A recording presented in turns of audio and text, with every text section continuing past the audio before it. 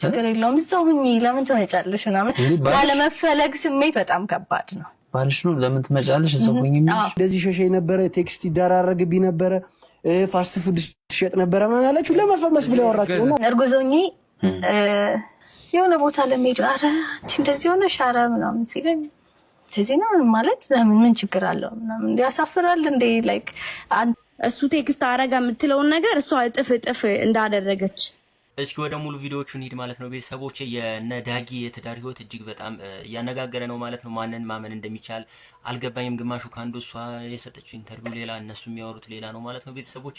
እስኪ ያሉትን ነገሮች ሰብሰብ አድርጌ ይዤ መጥቻለሁ እና ያለን እኛም እንፈርዳለን ማለት ነው ቤተሰቦቼ። ሰብስክራይብ ያላረጋችሁ ሰብስክራይብ እያረጋችሁ በላይክ ጀምሩ። ካያችሁ በኋላ ሁላችንም ኮሜንት ላይ ሀሳብ አስተያየቶቻችንን እንሰጣለን ማለት ነው።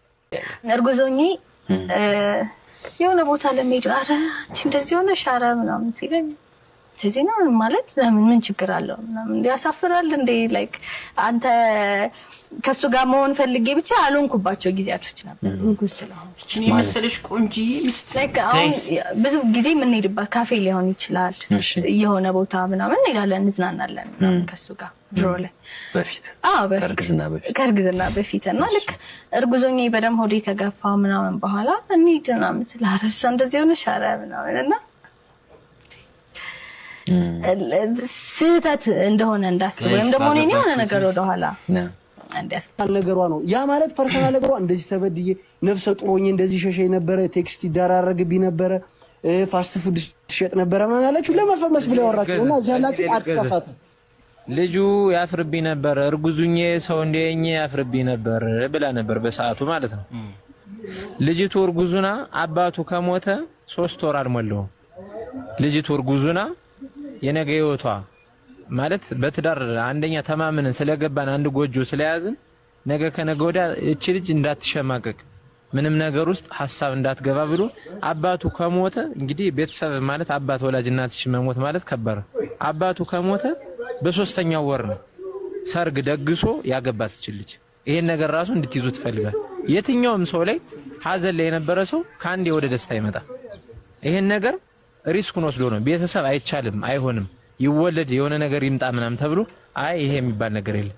ልጅቱ ልጅ ናት ወድጃታለሁ አግብቻታለሁ በቃ አግብቻት መኖር እፈልጋለሁ። ይሄ ነገር ግን ሌላ ነገር እንዲመጣባት አይምሮ ላይ ተጽዕኖ እንዲመጣ ስለማልፈልግ አባቴ ሞቷል ይቅር ይበለኝ ይሄን ነገር ግን ማድረግ እፈልጋለሁ ብሎ አባቱ ሞቶ በ3ኛው ወር ነው እቺ ልጅ ያገባት። ይሄን ነገር ደግሞ ማንኛውም ሰው ያውቃል። ቤተሰብ የሱ ቤተሰብ አይደለም የሷ ቤተሰብ እሷ ራሱ ይሄን ነገር ታውቃለች። ይሄን እንድታውቁ ነው። ፌስቡክ ምናምን በደንብ አክቲቭ ሆኖ እሱ የኛን ፎቶ ምናምን ፖስት ያደርጋልና የሚያዩ ይሄ ፖስት ሲያደርግ የሚጽፋቸው ነገሮች ምናምን አሉ ስለኔ እና ሁሉም ሰው ጭንቅላት ውስጥ ያነነ ያለው በጣም ነው እሱን የሚወድ በጣም ነው ምናምን ይዋደዳሉ በቃ የሚለው ነገር በቃኛን የፍቅር ምሳሌዎች ምናምን እንደረይ በጣም ብዙ ሰው ይጽፉልኛል። እኔ በጣም ነው በእናንተ ህይወት የምቀናው እስኪ ቤት ለምጣ እስኪ አውሪኝ ምናምን ይላል። አንዳንዴ ያው ሁሉም እኮ ትዳር ላይ ሶሻል ሚዲያ ያው መርጠቅ ነው የምታሳየው አሪፋን ነገር ከዛ ደግሞ ለኔ ደግሞ ጥያቄ የሚሆንብኝ የሚወደኝ የሚያከብረኝ ሰው ከሆነ ደግሞ ቤት ውስጥ ለምን ያንን ባህሪውን አያሳየኝም እላለሁና ማንኛውም ነገር እንዴት ነው ከማክበር ይጀምራል።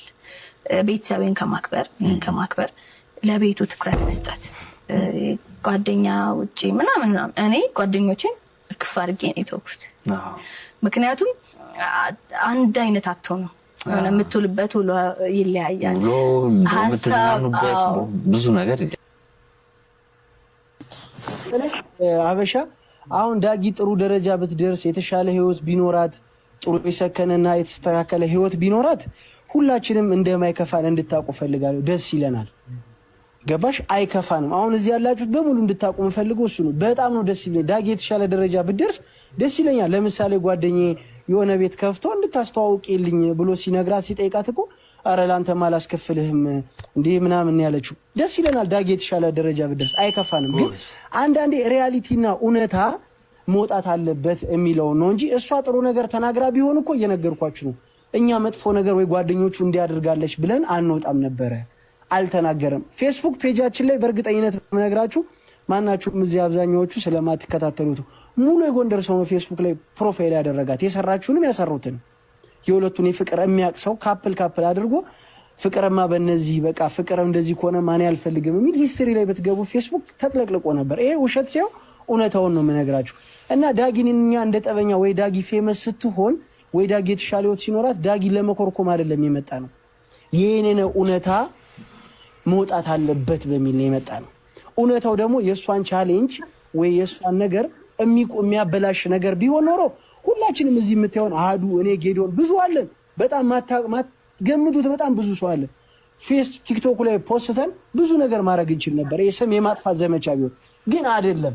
ዳጊ ይኸውልሽ ወታ ወይም ያጠፋችሁ ጥፋት ካለ የሰራችሁ ስህተት ካለ አይ እንዲያደረኩት እንዲህ ስለሆነ ነው ሶሪ ብትለን እናመሰግናታለን እንጂ ሁለቱ እኮ ተመልሰው እኮ እዛው ይሆናሉ ማለት እኮ አይደለም። እዚህ ጋርም እኮ ትልቅ ኢሹ ነው የሆኑት እኮ እውነትና ውሸት የሚለው አጀንዳ ስላለ ነው። እውነትና ውሸት የሚለው ለዳጊ የኔነ ብዙ መስዋዕትነት ከፍሏል። አዎ ከፍሏል። ለዳጊ የኔነ ይኸውልሽ ለዳጊ ብዙ መስዋዕትነት ከፍሏል። አዎ ከፍሏል። ምኑን ከፍሏል ብትሉኝ ኢንቨስት ያደረገው ታይም አለ፣ ጊዜ አለ፣ ገንዘብ አለ። ገንዘብን ብቻ አታስቡ። አሁን በጣም እጠር ነበር የምሞክረው ነገሮችን ሚስት ለመሆኔ ትዳር የማይሆን ትልቅ ሰው ያየሁትን ትዳር ቤቴ ለማምጣት ሞክሬ ነበር። ያው ረጅም ጊዜ በትዳር አልቆየሁም። ስለ ትዳር ለማውራት ብቁ ላልሆን እችላለሁ፣ ግን ያሳለፍኩት ጊዜ ደግሞ አንድ ቤት ውስጥ አንድ ሳምንትም አንድ ወርም ረጅም ዓመታትም ያው እንትን አለው የራሱ የሆነና ትንሽም ቢሆን ኤክስፒሪየንስ አለ። አዎ ከዛ በቃ ከባድ ነበር በጣም ብዙ ነገሮች ልክ እና የሰማሁት እሱ በጣም የሚወዳት ወንድ እንደሆነ ጥሩ ባል እንደሆነ እና ኢቭን ቺት አድርጎባት እንደማያውቅ ቴክስት ምናምን ሊያደርግላት ያወራችው እውነት ሊሆን ይችላል ይመስለኛል። ፋስት ፉድ ምናምን ብላ የሚያወራችው የሆነ ስለ ስራዋ ሰክሰስፉል እንዴት እንደሆነች እንዴት ስኬታማ ሴት እንደሆነች ምናምን ሂደቷንም ለማውራት መሰለኝ እንጂ እሱ ነው ኤቭሪቲንግ ሜካፕም ጥፍርም ያስተማራት። ማለት ጨቋኝ ወንዶች እኮ ሶሻል ሚዲያ ላይ እንኳን አክቲቭ እንድትሆኝ አይፈልጉም። ከስልክ ጀምሮ ዜሮ ተብሎ ከስልክ ጀምሮ ከበተን ጀምሮ ስልክ ያስያዛት እሱ ነው። ጥሩ ባል ነበር። በጣም ሮማንቲክ ወንድ እንደሆነ ነው የሰማሁት። ይሄን በፊት ላይ ነው አቡዬ ቢያንስ ከአመት በፊት ምናምን እንደተለያዩ ሰማና እነዚህ ወንዶች አቡዬ በጣም ለዳጊ በጣም እንትን ብለው ነው ያወሩ ያሉት። በጣም ብዙ ነገር ነው የሰማሁት እኔ ስለሷ ከሱ ጋር አንድ ቤት የኖረች ትዳሯን ሳፈታ ማለት እሱ ቴክስት አረጋ የምትለውን ነገር እሷ እጥፍ እንዳደረገች የሰማሁትና ይመስለኛል እሱንም ፈርተውት ነው በጣም በግልጽ ያላወሩት አቡዬ። እና በጣም ጥሩ ወንድ እንደሆነ ቴክስት ሊያደርግ ይችላል ያርጎ ይሆናል። ያወራችው እኮ ሙሉ በሙሉ ውሸት ነው አይደለም፣ ግን በጣም ጥሩ ወንድ እንደነበረ እና እሷ እዚህ ለመድረሷም ከግማሽ በላይ የሱ እንትን እንደሆነ ሜካፕ ስቱዲዮ የከፈተላት እሱ እንደሆነ ሽፎን ቤትም እሱ እንደከፈተላት ማለት በሰዓቱ እሱ አያቅተው ማለት ያን ያህል መጥፎ ወንድ ቢሆን እንድትሰራ ያረጋታል። ይሄ ፋስት ፉድ ምናምን የሚለው ይመስለኛል እንዳልኩሽ ነው። እሷ እንደዚህ ከስር ጀምሬ ነው ተቀይሬ እዚህ ድረስኩት ብላ ለማለት ይሆናል። ሁለት ሶስት ሱቅ እየከፈተች ስለሆነ ማለት ነው። ኦኬ ሰለሞን ያስፈልጋል ሜቢ ፕሮግረሷን ለመናገር ይሆናል ነው ያልሻለሽው? ይሆናል እዚህም ይደርሳል ብላ አላሰበችም ይሆናል እሷ።